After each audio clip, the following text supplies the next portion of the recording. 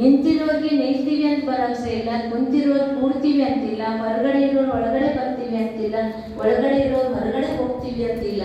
ಅದಕ್ಕೆ ಯಾವುದೇ ಮಾತಿನಲ್ಲಿ ಭರವಸೆ ಇಲ್ಲ. ಅದಕ್ಕೆ ಪ್ರತಿ ಕ್ಷಣ ಅಂತಿಮ ಕ್ಷಣ ಇದೆ ಅನ್ನೋದು ನಮಗೆ ಸ್ಮೃತಿ ಇರಬೇಕು. ಆ ಒಂದು ನಿಟ್ಟಿನಲ್ಲಿ ನಾವು ಪುರುಷಾರ್ಥ ಮಾಡಬೇಕು. ನಾಳೆ ಮಾಡ್ತೀನಿ ನಾಡ್ದ ಮಾಡ್ತೀನಿ ಅನ್ನಿಲ್ಲ. ಏನು ಮಾಡ್ತೀನೋ ಈಗಲೇ ಮಾಡಬೇಕು ಅನ್ನುವಂಥದ್ದು ಇರಬೇಕು. ಅದಕ್ಕೆ ಈಗ ತಿಳ್ಕೊಂಡು ನಮ್ಗೆ ಇವತ್ತು ಬೇಜಾರಾಗ್ಬಿಟ್ಟದೆ. ಬೇಜಾರಾದ ನಾವು ಶರೀರ ಬಿಟ್ಟುಬಿಟ್ಟಿವಿ ಅಂತಂದರೆ ನಾವು ಅದನ್ನೇ ತಗೊಂಡು ಹೋಗ್ತೀವಿ. ಅದಕ್ಕೆ ಸದಾ ಕಾಲ ನಮ್ಮ ಸ್ಮೃತಿ ಸ್ಥಿತಿ ಶ್ರೇಷ್ಠ ಇರಬೇಕು. ಪ್ರತಿ ಕ್ಷಣವೂ ಅಂತಿಮ ಕ್ಷಣ ಇದೆ ಅನ್ನುವಂಥದ್ದು ಇರಬೇಕು. ಆಮೇಲೆ ಮಮ್ಮಾರವರಲ್ಲಿ ಸದಾ ಹಸನ್ಮುಖತೆ ಇರ್ತಿತ್ತು ಹಾಗೂ ಸದಾ ದಿವ್ಯತೆ ಅನ್ನುವಂಥದ್ದು ಮಮ್ಮಾರವರ ಮುಖದಲ್ಲಿ ಆ ತೇಜಸ್ಸು ಸ್ಪಷ್ಟವಾಗಿ ಕಂಡು ಬರ್ತಿತ್ತು. ಮಮ್ಮಾರವರ ವ್ಯಕ್ತಿತ್ವ ಆಕರ್ಷಣೆ ಉಳ್ಳಂಥದ್ದಿತ್ತು. ಒಂದು ಕಡೆಗೆ UPಯಲ್ಲಿ ಅವಾಗಿನ ಕಾಲದಲ್ಲಿ ಬ್ರಹ್ಮಕುಮಾರೀಸ್ ಅಂತಂದರೆ ಬಹಳ ಜನರಿಗೆ ವಿದೇಶದವರು ಅಥವಾ ಕ್ರಿಶ್ಚಿಯನ್ರು ಈ ಒಂದು ಧರ್ಮವನ್ನು ತಮ್ಮ ಧರ್ಮ ಪ್ರಸಾರ ಮಾಡೋದಕ್ಕೆ ಬಂದಿರುವವರು ಅನ್ನುವಂಥ ತಪ್ಪು ಅಭಿಪ್ರಾಯಗಳಿತ್ತು. ಅದಕ್ಕೆ ಅಲ್ಲಿ ವಿರೋಧ ಮಾಡ್ತಿದ್ರು. ಆಗ ಮಮ್ಮಾರವರು ಆ ಊರೊಳಗೆ ಕ್ಲಾಸ್ ಮಾಡೋದಕ್ಕಾಗಿ ಹೋಗಿದ್ರು. ಎಲ್ಲರಿಗೂ ಧ್ಯಾನ ಮಾಡಿಸ್ತಾ ಇದ್ರು. ಆಗ ಆ ಜನ ವಿರೋಧ ಮಾಡೋರು ಸ್ಟ್ರೈಕ್ ಮಾಡ್ದಂಗೆ ಒಂದು ಗುಂಪೆ ಬಂದಿದ್ರು.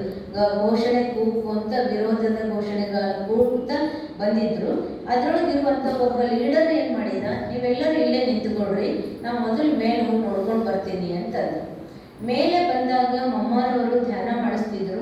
ಎಲ್ಲರೂ ಈ ರೀತಿ ಶಾಂತಿಯಿಂದ ಕೂತ್ಕೊಂಡಿದ್ರು. ಆಗ ವ್ಯಕ್ತಿ ಬಂದಿರುವವನಿಗೆ ಬೇರೆ ತಿಳಿಲ್ಲ. ಆಗ ಮಮ್ಮಾರವರನ್ನು ನೋಡಿದರೆ ಸಾಕ್ಷಾತ್ ದೇವಿ ಸಾಕ್ಷಾತ್ಕಾರ ಆಯಿತು. ಅವಾಗ ನೋಡಿದಾಗ ಅವನಿಗೆ ಆಶ್ಚರ್ಯ ಅನ್ನಿಸ್ತು. ಅವನಲ್ಲೇ ಕೂತ್ಕೊಂಡ್ಬಿಟ್ಟ.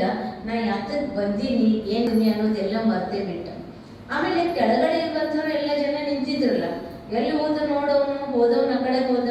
ಅವನಿಗೂ ಈ ಓಂ ಶಾಂತಿಯವರು ಜಾದು ಆಗ್ಬಿಟ್ಟದೇನೋ ನೋಡ್ರಿ ಅಂತಂದ್ರು. ಆಮೇಲೆ ಮತ್ತೆ ಬಂದರು. ಆಗ ಅವನು ಬಂದ, ಇಲ್ಲ ನಾವೇನು ತಿಳ್ಕೊಂಡಿದ್ದೀವಲ್ಲ ಅದು ತಪ್ಪು. ಇವ್ರು ಬೇರೆ ಯಾವುದೇ ಧರ್ಮದ ಪ್ರಚಾರ ಮಾಡುವವರಲ್ಲ, ಬೇರೆ ಯಾವುದೋ ಧರ್ಮ ದೇಶದವರಲ್ಲ, ಇವರು ನಮ್ಮವರೇ, ನಮ್ಮ ಆದಿ ಸನಾತನ ದೇವಿ ದೇವತಾ ಧರ್ಮದವರೇ, ನಮ್ಮ ಭೂಮಿಯ ಮೇಲೆ ಸುಂದರ ಸಮಾಜದ ನಿರ್ಮಾಣ ಮಾಡೋದಕ್ಕಾಗಿರುವಂಥವರು. ದೇವಿಯ ಒಂದು ದಿವ್ಯ ಚಹರೆಯನ್ನು ನೋಡಿದಾಗನೇ ಸಂಪೂರ್ಣ ನಮ್ಮ ಮನಸ್ಸಿನಲ್ಲಿ ಇರುವಂತಹ ಕೆಟ್ಟತನ ಏನಿತ್ತೋ ಅದು ಪೂರ್ಣ ನಾಶ ಆಗಿ ಹೋಯಿತು. ಒಂದು ಕ್ಷಣದಲ್ಲಿ ಈ ರೀತಿ ನಾಶ ಆಯಿತು ಅಂತಂದರೆ ಇವರಲ್ಲಿ ಎಂತಹ ಶಕ್ತಿ ಇರಬಹುದು ಅಂಥವ್ರಿಗೆ ಅನುಭವ ಆಯಿತು.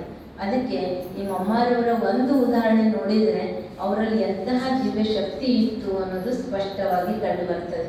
ಆಮೇಲೆ ಮಮ್ಮಾರವರಿಗೆ ಒಂದ್ಸರಿ ಕಣ್ಣೀರು ಬಂತಂತ. ಬಾಬಾ ಹೇಳಿದ್ರಂತ ಕಣ್ಣೀರು ಬರಬಾರದು ಅಂತ. ಬಂದಿರುವಂಥ ಕಣ್ಣೀರನ್ನು ಅಟ್ಟಿಸ್ಕೊಂಡ್ರಂತ ಅಂದಿಂದ ಕೊನೆವರೆಗೂ ಅವರು ಎಂದೂ ಕಣ್ಣೀರು ತೆಗಿಲಿಲ್ಲ ಅಂತ ಅಂದ್ರೆ ಅಂತಹ ಒಂದು ಅದ್ಭುತ ಶಕ್ತಿ ಮಮ್ಮಾರವರಲ್ಲಿತ್ತು. ಆಮೇಲೆ ಮಮ್ಮಾರವರಲ್ಲಿ ವಿಶೇಷ ಕ್ವಾಲಿಟಿ ಅಂತಂದರೆ ಹಾಜಿ ಪಾತ್ರವನ್ನು ಪಕ್ಕ ಮಾಡ್ಕೊಂಡಿದ್ರು. ಯಾವುದೇ ಹಾಜಿ ಅವರು ತಮ್ಮ ಕಡೆಗೆ ಬೇರೆಯವರನ್ನು ಆಕರ್ಷಣೆ ಮಾಡ್ಕೊಳ್ಳುವಂಥದ್ದಿರಲಿಲ್ಲ. ಆದರೆ ಯಾರೇ ಬಂದರೂ ಬಾಬೋರ ಕಡೆಗೆ ಅವರು ಬೆರಳು ಮಾಡಿ ತೋರಿಸ್ತಿದ್ರು. ಬಾಬಾನೇ ಅವರಿಗೆ ಸರ್ವಸ್ವ, ಬಾಬೋರ ಜೊತೆಗೆ ಅವ್ರ ಸಂಬಂಧ ಇರಬೇಕು. ಏನೇ ಕೇಳಿದ್ರು ಬಾಬಾ ಅಂತ ಬಾಬೋರ ಕಡೆಗೆ, ಬಾಬಾನೇ ತಂದೆ, ಬಾಬಾನೇ ತಾಯಿ, ಬಾಬಾನೇ ಸರ್ವಸ್ವ ಅಂತ ಬಾಬೋರ ಕಡೆಗೇನೆ ಅವರು ಇಶಾರೆ ಮಾಡಿ ತೋರಿಸ್ತಿದ್ರು. ಒಂದ್ಸರಿ ಏನಾಗಿತ್ತಂತೆ, ಮೌಂಟ್ ಅಬು ಮೊದಲು ಕೆಳಗೆ ಶಾಂತಿವನ ಇರಲಿಲ್ಲ, ಬರೀ ಪರ್ವತದ ಮೇಲೆ ಮೌಂಟ್ ಅಬುದಲ್ಲಿ ಇತ್ತು. ಅಲ್ಲಿ ಮಧುಬನದಲ್ಲಿ ಹೋದಾಗ ಈ ಪಾರ್ಟಿ ತಗೊಂಡು ನಾವು ಯಾವ ರೀತಿ ಹೋಗ್ತೀವಿ ಆ ರೀತಿ ಗ್ರೂಪ್ ಬಂದಿತ್ತು. ಆಗ ಈಗ ನನಗೆ ಸಾವಿರಾರು ಜನರ ಗ್ರೂಪ್ ಇರ್ತಿರ್ಲಿಲ್ಲ, ನೂರಾರು ಜನರ ಗ್ರೂಪ್ ಇರ್ತಿತ್ತು. ಆ ಸಮಯದಲ್ಲಿ ಟ್ರೈನ್ ಅವಾಗವಾಗ ಒಂದೊಂದು ಇರ್ತಿತ್ತು. ಪೂರ ಕೆಳಗಡೆ ಟ್ರೈನಿಂದ ಮೇಲೆ ಬರಬೇಕು ಅಂದರೆ ಈಗ ನನಗೆ ಸಾಧನಗಳು ಅಥವಾ ವಾಹನಗಳು ಯಾವುದಿರಲಿಲ್ಲ. ಎತ್ತಿನ ಗಾಡಿಗಳಿಗೆಲ್ಲ ಸಾಮಾನು ಎರ್ಕೊಂಡು ಹಿಂದೆ ಎಲ್ಲರೂ ನಡ್ಕೊಂತ ಬರ್ತಿದ್ರಂತೆ. ಈಗ ನಾವೇನು ಬಸ್ಸಿಗೆ ಕೆಳಗಡೆ ಶಾಂತಿವಂತಿಂದ ಮೇಲೆ ಏನು ಹೋಗ್ತೀವಲ್ಲ, ಅದು ಮೇಲೆ ಹೋಗೋದಕ್ಕೆ ನಡ್ಕೊಂತ ಬರ್ತಿದ್ರಂತೆ. ಬಂದಿದ್ರು ಬಾಬಾ ಅವ್ರ ಮೇಲಕ್ಕೆ. ತಿರುಗಿ ಹೋಗ್ಬೇಕಾಗಿತ್ತು. ಹೋಗ್ಬೇಕಾದ್ರೆ ಬಾಬಾ ಎಲ್ಲರಿಗೂ ವಿದಾಯಿ ಕೊಟ್ಟರು, ಹೋಗಿ ಬರ್ರಿ ಅಂತ ಹೇಳಿದರು. ಹೇಳಿದ ಮೇಲೆ ಬಾಬಾ ಏನು ಹೇಳಿದರು, ಮಮ್ಮಾರವ್ರಿಗೆ ಇಷ್ಟು ಜನರಿಗೆ ಆಗುವಷ್ಟು ಹಲ್ವಾ ಮಾಡಬೇಕು ಅಂತ ಹೇಳಿದ್ರು. ನಾವಾದರೆ ಏನು ಕೇಳ್ತಿದ್ದೀವಿ, ಮಾಡ್ರಿ ಅಂತಂದರೆ ಬಾಬಾ ಈಗ ಹೋಗ್ಯಾರ ಇಷ್ಟ್ಯಾಕೆ ಮಾಡೋದು ಅಂತ ಕೇಳ್ತಿದ್ದೀವಿ. ಮಮ್ಮಾರವರು ಒಂದು ಮಾತು ವಿಚಾರ ಮಾಡಲಿಲ್ಲ. ಬಾಬಾವ್ರ ಆಜ್ಞೆ ಅಂದರೆ ಆಜ್ಞೆ, ಬಾಬಾ ಹೇಳ್ತಾರೆ ಅಂದರೆ ಹಾಜಿ. ಅದಕ್ಕೆ ಯಾಕೆ ಏನು ಅಂತ ಎರಡನೇ ಪ್ರಶ್ನೆನೇ ಇರ್ತಿರ್ಲಿಲ್ಲ. ಆಗ ಹಲ್ವಾ ಮಾಡಿದ್ರಂತೆ. ಅವರೆಲ್ಲರೂ ಹೋಗಿದ್ರಲ್ಲ, ಅವ್ರದ್ದು ಟ್ರೈನ್ ಪಾಸ್ ಆಗಿಬಿಟ್ಟಿತ್ತಂತೆ. ಅದು ಬಾಬಾ ಅವ್ರಿಗೆ ಗೊತ್ತಿತ್ತು ಟ್ರೈನ್ ಪಾಸ್ ಆಗ್ತದೆ ಅಂತ. ಅದಕ್ಕೆ ಏನು ಮಾಡಿದ್ರು, ಬಾಬಾ ಎಲ್ಲ ಮಕ್ಕಳಿಗೆ ಹಲ್ವಾ ಕಳಿಸಿದ್ರು, ಮಕ್ಕಳೆಲ್ಲ ಮತ್ತೆ ಹಲ್ವಾ ತಿಂದ್ರು. ಈ ರೀತಿ ಮೊಮ್ಮರವರಿಗೆ ಯಾವುದೇ ಮಾತಿನ ಬಗ್ಗೆನೂ ಎರಡನೇ ಮಾತೇ ಇಲ್ಲ. ಬಾಬಾ ಏನು ಹೇಳ್ತಾರೋ ಆ ಮಾತಿಗೆ ಸಾಕ್ಷಿ ಅನ್ನುವಂಥದ್ದು ಇತ್ತು. ಅದಕ್ಕೆ ಮೊಮ್ಮರವರು ನಮ್ಮೆಲ್ಲ ಈ ಒಂದು ಯಜ್ಞದ ಎಲ್ಲ ಮಕ್ಕಳಿಗೆ ಒಬ್ಬ ಸೇನಾನಿಯಾಗಿದ್ರು, ಒಂದು ಮುಂದಾಳು ಆಗಿದ್ರು, ಒಂದು ನಾಯಕಿ ಆಗಿದ್ರು.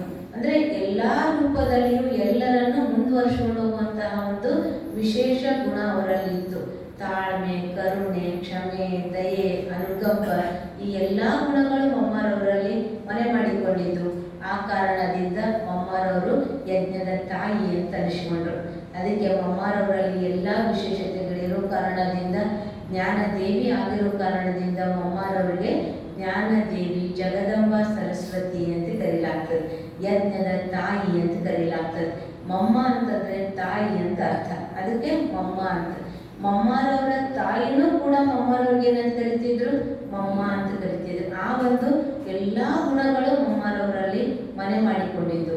ಅದಕ್ಕೆ ಮೊಮ್ಮರವರಿಗೆ ಈ ಮಧ್ಯ ವಯಸ್ಸು 40 ವಯಸ್ಸಿನಲ್ಲಿ 1966ನೇ ಇಸ್ವಿಯಲ್ಲಿ ಮೊಮ್ಮರವರು 24 ಜೂನ್ದಿಂದ ದಿನದಂದು ತಮ್ಮ ಈ ಹಳೆಯ ಶರೀರವನ್ನು ತ್ಯಜಿಸಿದ್ರು.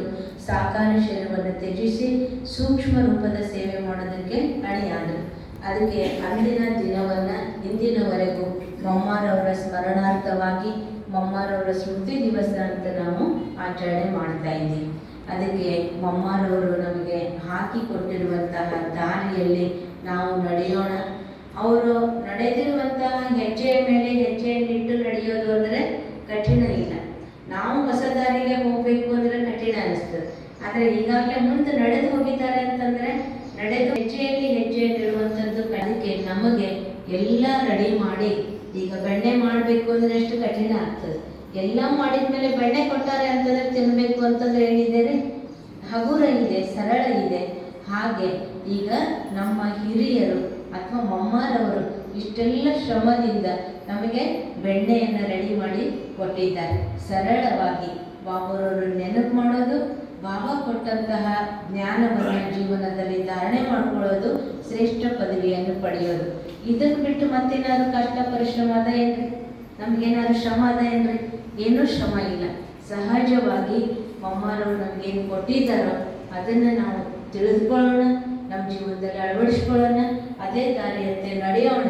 ಅದಕ್ಕೆ ಬಾಬಾ ಮೊಮ್ಮ ಅವರಿಬ್ಬರದೂ ಒಂದು ಮಹದಾಸೆ ಏನು ಅಂತಂದರೆ, ಈ ವಿಶ್ವದಲ್ಲಿರುವಂತಹ ಎಲ್ಲ ಆತ್ಮಗಳಿಗೂ ಆ ಪರಂಪಿತ ಪರಮಾತ್ಮನ ಸಂದೇಶವನ್ನು ಕೊಡಬೇಕು. ಅದಕ್ಕೆ ಬಾಬಾ ಹೇಳ್ತಾರೆ, ಆ ಸಂದೇಶವನ್ನು ಎಲ್ಲರಿಗೂ ಕೊಡಬೇಕು ಅನ್ನುವಂಥ ಇಚ್ಛೆ ಅವ್ರದ್ದೇನಿದೆಯೋ ಆ ಇಚ್ಛೆಯನ್ನು ನಾವೇನು ಮಾಡಬೇಕಾಗಿದೆ ರೀ, ನಾವೆಲ್ಲ ಮಕ್ಕಳು ಪೂರ್ಣ ಮಾಡಬೇಕಾಗಿದೆ. ಯಾಕಂದರೆ ಅಂತಿಮ ಸಮಯ ಏನಿದೆಯಲ್ಲ, ಅದಕ್ಕೆ ಅಂತಿಮ ಸಮಯವನ್ನು ನಾವು ಅದನ್ನು ಅರ್ಥ ಮಾಡ್ಕೊಳ್ಬೇಕು. ಈಗ ಸೂಕ್ಷ್ಮ ಸಮಯ ಇದೆ, ಅಂತಿಮ ಸಮಯ ಇದೆ, ಸಮಯ ಸ್ವಲ್ಪ ಇದೆ. ಸ್ವಲ್ಪ ಸಮಯದಲ್ಲಿ ನಾವು ಪುರುಷಾರ್ಥವನ್ನು ಮಾಡಬೇಕಾಗಿದೆ. ಆ ಪುರುಷಾರ್ಥ ಮಾಡಿ ನಮ್ಮ ಲಕ್ಷ್ಯವನ್ನು ತಲುಪಬೇಕಾಗಿದೆ. ಅದಕ್ಕೆ ಆ ಲಕ್ಷ್ಯವನ್ನು ತಲುಪಬೇಕು ಅಂತಂದರೆ ಬಾಬಾ ಮೊಮ್ಮ ಹಾಗೂ ಎಲ್ಲ ನಿಮಿತ್ತ ಹಿರಿಯರು ನಮಗೆ ಪ್ರತಿದಿನವೂ ನಮಗಾಗಿ ಎಷ್ಟೆಲ್ಲ ಶ್ರಮ ಪಟ್ಟಿದ್ದಾರೆ, ಶ್ರಮ ಪಡ್ತಾ ಇದ್ದಾರೆ. ಅದರ ಫಲವಾಗಿ ನಾವು ಪ್ರತಿಕ್ರಿಯೆಯಾಗಿ ಪ್ರತಿಫಲವಾಗಿ ಕೊಡಬೇಕಾಗಿರೋದು ಏನು ಅಂದರೆ, ನಮ್ಮನ್ನು ನಾವು ಸುಧಾರಣೆ ಮಾಡಿಕೊಳ್ಬೇಕು, ಪರಿವರ್ತನೆ ಮಾಡಿಕೊಳ್ಬೇಕು, ಹಾಗೂ ಅನೇಕ ಆತ್ಮರಿಗೆ ಈ ಜ್ಞಾನವನ್ನು ಕೊಡಬೇಕು. ಅದಕ್ಕೆ ತಮ್ಮೆಲ್ಲರಿಗೂ ಇವತ್ತು ಮೊಮ್ಮರವರ ಸ್ಮೃತಿಯ ದಿನ. ನಾನು ಕೇಳಿಕೊಳ್ಳೋದು ಏನು ಅಂತಂದರೆ, ನಾವೆಲ್ಲರೂ ಮೊಮ್ಮರವರು ಯಾವ ರೂಪದಲ್ಲಿ ಪುರುಷಾರ್ಥ ಮಾಡಿ ನಮಗೆ ದಾರಿ ದೀಪ ಆಗಿದ್ದಾರೋ ಅದೇ ರೀತಿಯ ದಾರಿಯಂತೆ ನಾವೆಲ್ಲರೂ ನಡೆಯೋಣ. ಹಾಗೂ ಅವರ ಒಂದು ಮಹದಾಸೆಯನ್ನು, ಇಚ್ಛೆಯನ್ನು ಪೂರ್ಣ ಮಾಡೋಣ. ಪರಮಾತ್ಮನ ಸಂದೇಶವನ್ನು ವಿಶ್ವದ ಆತ್ಮಗಳಿಗೆ ಕೊಡೋಣ. ಹಾಗೂ ಮೊಮ್ಮರವರ ಮಹಾವಾಕ್ಯ ಆಗಿರುವಂತಹ ಹುಕುಮಿ ಹುಕುಮ್ ಚಲಾ ರಹೆ ಹೇ ಹಾಗೂ ಹರ್ ಗಡಿ ಅಂತಿಮ ಘಡಿಗೆ, ಈ ಮಾತನ್ನು ನಮ್ಮ ಜೀವನದಲ್ಲಿ ಸದಾಕಾಲ ಅಳವಡಿಸಿಕೊಳ್ಳೋಣ ಅಂತ ಹೇಳಿ ಮೊಮ್ಮರವರ ವಿಶೇಷತೆಯನ್ನು ಹೇಳೋದಕ್ಕೆ ಬಹಳಷ್ಟು ಸಂತೋಷ ಆಗ್ತದೆ. ತಾವು ಕೂಡ ತಮ್ಮ ಜೀವನದಲ್ಲಿ ಅಳವಡಿಸಿಕೊಳ್ಳ್ರಿ, ತಾವು ಅನೇಕ ಆತ್ಮಗಳಿಗೆ ತಿಳಿಸಿಕೊಳ್ಳ್ರಿ. ಯಾವ ರೀತಿ